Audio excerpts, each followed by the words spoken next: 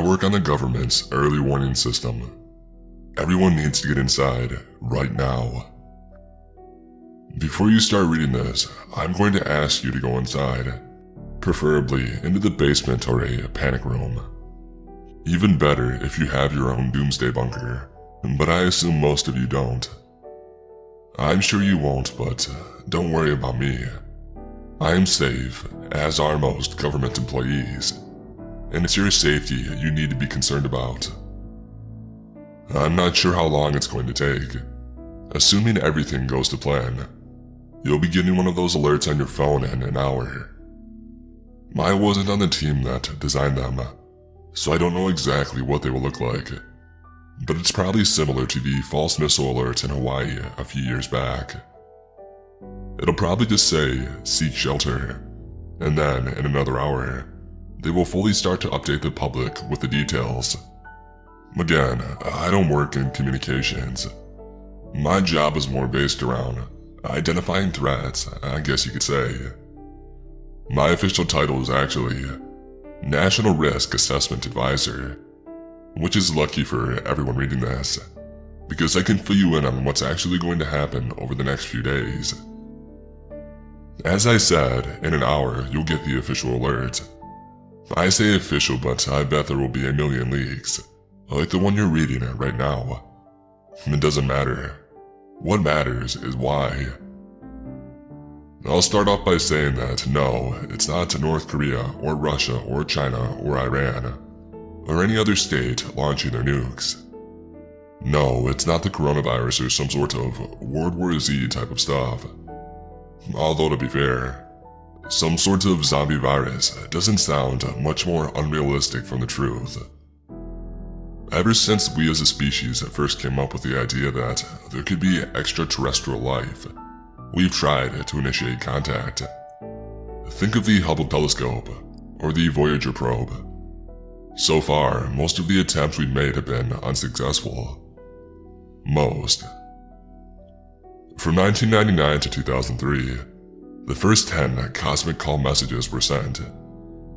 Each message was sent to a specific star system that could possibly hold alien life. These messages were supposed to arrive at their destinations between 2050 and 2060, so relatively close. It was a long shot. The chance of alien life being so close was incredibly unlikely. So you can imagine the surprise when we got a response in 2007. It wasn't much, but it did seem to come from the direction of the Cygnus star system, a radio signal that was first picked up on the ISS. From there, it went straight to the Pentagon and the Kremlin. But what was the signal? As I said, not much at all. It sounded like Morse code, except it didn't seem to mean anything. A few beeps and then silence. It wasn't much to go off. We had this before. Typically, it's just a rogue signal. That's what it was written off to at first. Until 2010, when we got another response. This time, it was much more clear. Again, the ISS picked it up first. Nobody knows this, but on board the ISS, they actually have the most advanced signal interceptor known to man. Whenever we picked up something from space, whether it be from another satellite or rocket, or potential alien communication, they're the first to know about it. This time around, it wasn't beeps. It was more of a moving sound. It's hard to describe. Imagine the letter U in a sound form, with the two sides being a high-pitched sound, and the middle being low-pitched, like a siren. This was big news. In the minds of not only myself but most of my colleagues, and also presumably the Russians. This confirmed the hypothesis that we have come into contact with extraterrestrial life. Now we had to figure out what to do next. After several meetings, we decided that this would be top secret. Nobody could know. Luckily, the Russians agreed. Next, we had to decide whether to respond. Unfortunately, we decided a response would be a good idea. When the first cosmic call signals were sent out, If received properly, they contain what was dubbed the Rosetta Stone. Essentially, it contained humanity. By that, I mean, it had everything alien life would need to comprehend us as a species. It contained math problems, music, some art, footage of people and audio clips of us, along with some photos of Earth. When we responded, we sent another version, Rosetta Stone MK2. Not very creative, but it didn't really need to be. It was just a fleshed out version of the original. We sent it out into space in the same direction we had received the signal from, and waited. In 2013, we got a much stronger signal. This time, it came in a very, very similar digital format to our Rosetta Stone.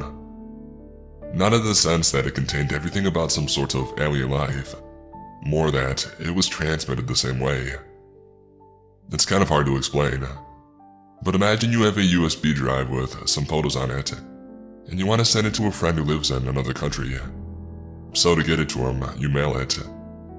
It takes a while, but eventually he gets it. To respond, instead of calling or texting you, he mails you back another USB drive. Do you get it? Again, it's hard for me to explain, as I am pretty much tech illiterate when it comes to anything more advanced than a Word document. But anyway, the signal. This time, it was a photo. It was grainy and it took a few weeks to touch up, but it seemed to show some sort of shuttle. It looked very similar to our NASA space shuttles, except much, much larger. It showed it just above the ground, presumably having just took off from some sort of runway. Trust me, you have no idea the size of the shitstorm that image threw up. I don't think I left the Pentagon for a month. This time, we decided not to respond. In 2019, we got another signal, another photo. Taken from outer space, it seemed like an image of the star Sirius from the Canis Major constellation. We thought that this was impossible.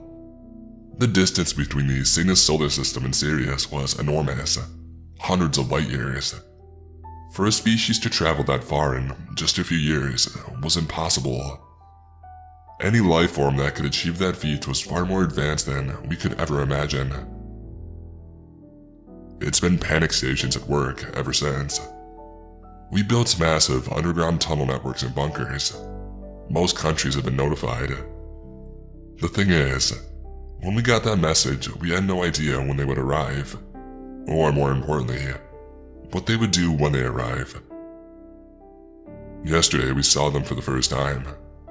Several shuttles traveling in a formation. They got here in less than a year. A few hours ago, we lost contact with the International Space Station, and since then, it's been pretty quiet. If you're reading this, please hide. Do not leave your houses until the all clear is given. I have to go now.